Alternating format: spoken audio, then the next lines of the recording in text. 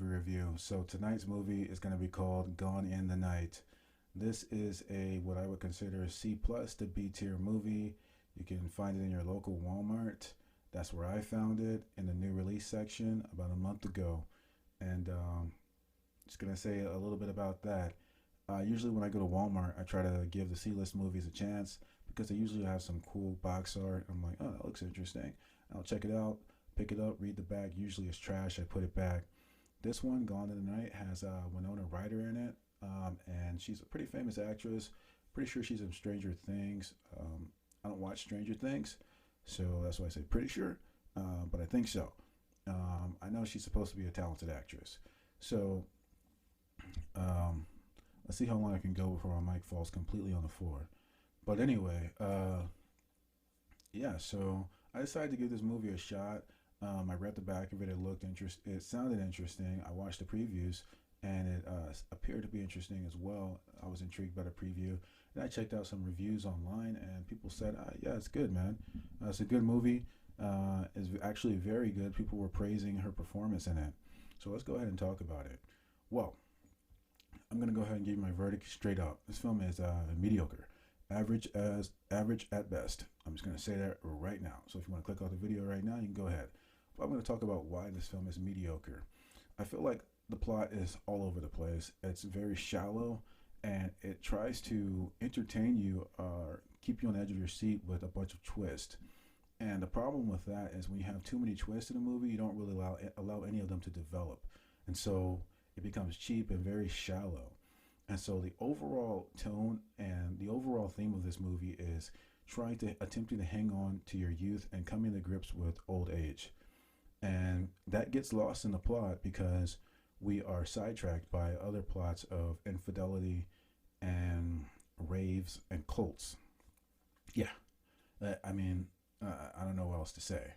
So the main character is Winona Ryder. We're gonna assume she's the main character, but she shares in the beginning of the movie equal screen time with her male counterpart, her boyfriend, who appears to be in the movie in his mid 20s. I would say 24 to 27, and 28 max. And she's supposed to be apparently, I'm gonna assume, like in her late 30s, early 40s in the movie.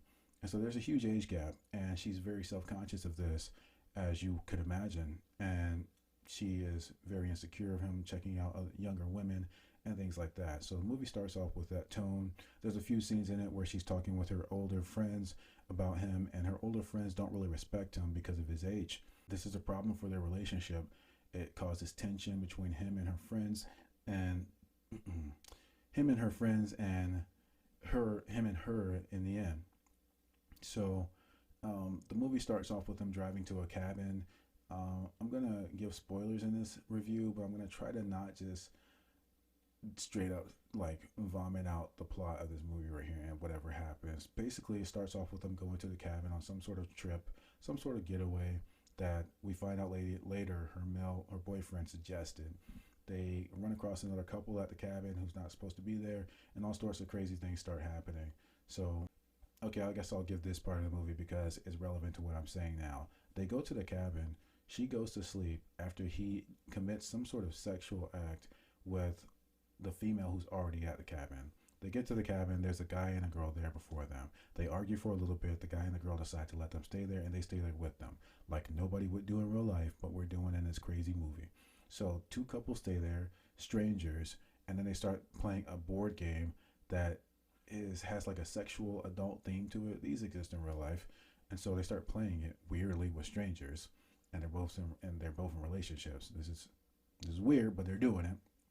And so basically, there's some sort of dare in the game, and the female who's there before they get there does some sort of minor sexual act on the boyfriend. I would consider it a sexual act if I was in a relationship and a girl did that to me in front of my girlfriend. I would assume that I'm about to get smacked or a bottle broken over my head. So this is why I'm saying this was a sexual act. It was nothing graphic, but it was sexual in nature. And his girlfriend watches in disgust and then goes up to bed and goes to sleep, which is pretty sweet. That's a win right there. If your girlfriend just watches you in disgust when you do that and then go to sleep, that's a win. That would never happen in real life anyway, though. So anyway, she goes to sleep, she wakes up, and then her boyfriend's gone.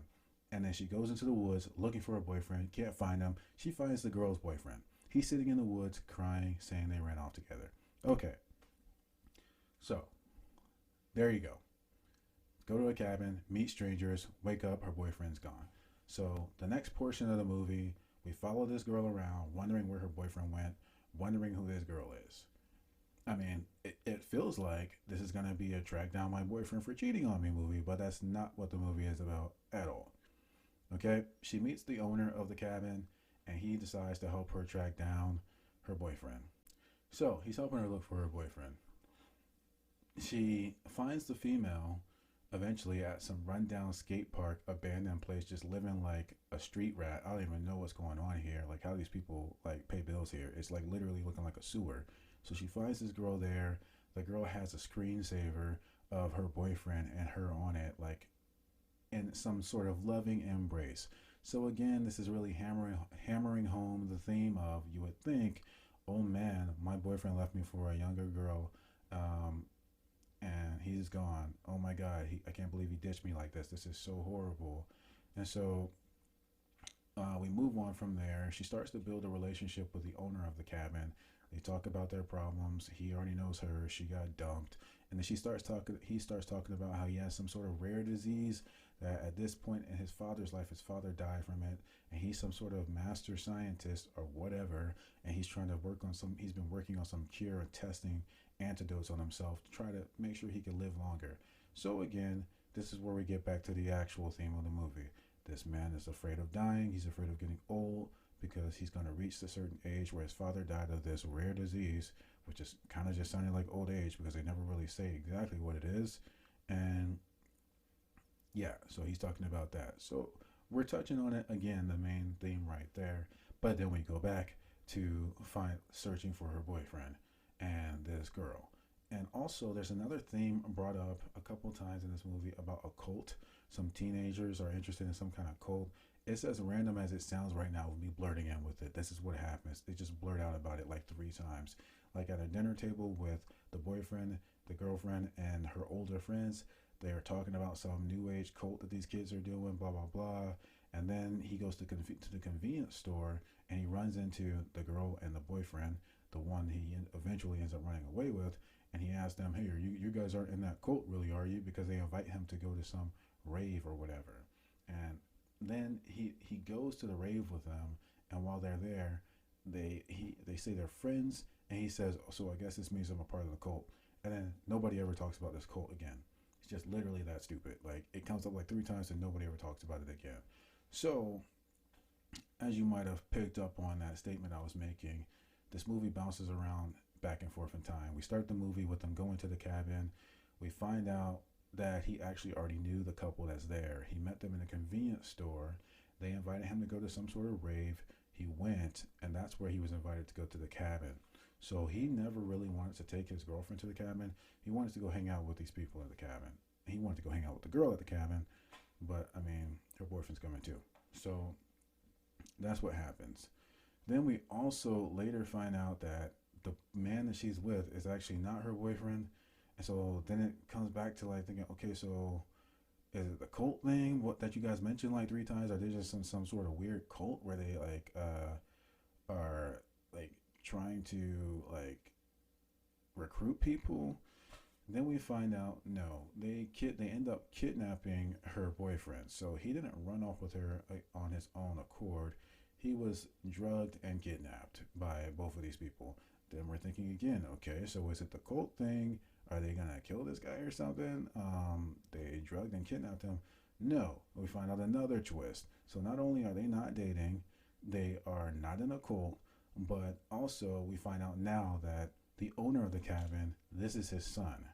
This is his son, and this is his son's friend. I don't understand. This is his son's friend. I mean, like, it's really weird. So yeah, this is his son's friend who sometimes acts like his girlfriend, but then sometimes makes it clear that they're not dating. It's just all over the place. So we've gone from met these strangers at the cabin, oh, they're not really strangers, already knew them, to their boyfriend and girlfriend, to, oh, no, they're not really boyfriend and girlfriend. to maybe they're in a cult to no, let's forget about that cult crap because it doesn't really exist, to now this is his son, the owner's son, and his female companion who's just helping them for some weird reason. So we find out that the father is using the boyfriend who's been kidnapped for what equates to blood transfusions. He's taking the young boyfriend's blood, putting it in his body, and giving the boyfriend his blood back. And it's making him healthier from whatever the mystery disease is that he has that is never really explained. So this guy's supposed to be some genius. Remember this. He's supposed to be some genius. And his entire research that he says he's been working on is essentially blood transfusions. Like, what? I mean, like, so you just swap out blood and you're good? This is what it came down to, man. And at the end of the movie, this is what we find out. They've got the boyfriend locked up in some sort of storage container, and he's just sitting there hooked up to IVs and doing blood transfusion stuff, and it's somehow making the cabin owner healthy. And then the girlfriend finds out he didn't leave, really, but actually, yeah, he did because he really did want to go with that girl, but they kidnapped him, and so it kind of looks like he did. It kind of looks like they just kidnapped him, and yeah, I mean, then the movie's just kind of over. I mean, there's another twist in there at the end where the main character says that she wants to stay young too, and so they decide to. She tells them to put the young girl on the bed and do the IV crap with her too, and the boyfriend and the dad, or excuse me, male companion, son, and the dad are like, yeah, that's a good idea. I mean, this girl who's just been helping us the whole time, let's just go ahead and kill her or like ruin her life and have her used as a guinea pig. We're gonna do that. So they accept to do that. They start tying the girl up, and then this girl, the main character, just hits them over the head, walks out, chains up the container, the storage container, leaves her boyfriend in there to die, and walks out and walks into the cabin and says, "Oh, I guess it's my cabin now." This is the movie. And then the movie's just over. So we're supposed to just believe that she just left her boyfriend in there to die, left those other three people in there to die, the dad, the son, and the rando girl, and they're all just chilling in there, and I guess they all die because she just left them in there chained up. I don't know I don't know how to explain that ending. It's kind of like what? It makes no sense. It almost crosses over into nonfiction. Into fiction. Excuse me, not nonfiction. It starts off as a nonfiction, and then it's like, what's going on? So blood transfusions are making this guy young again, or healthy. That's it. Just transfusions, blood, and he was talking about doing all this hardcore research, and he's some sort of genius.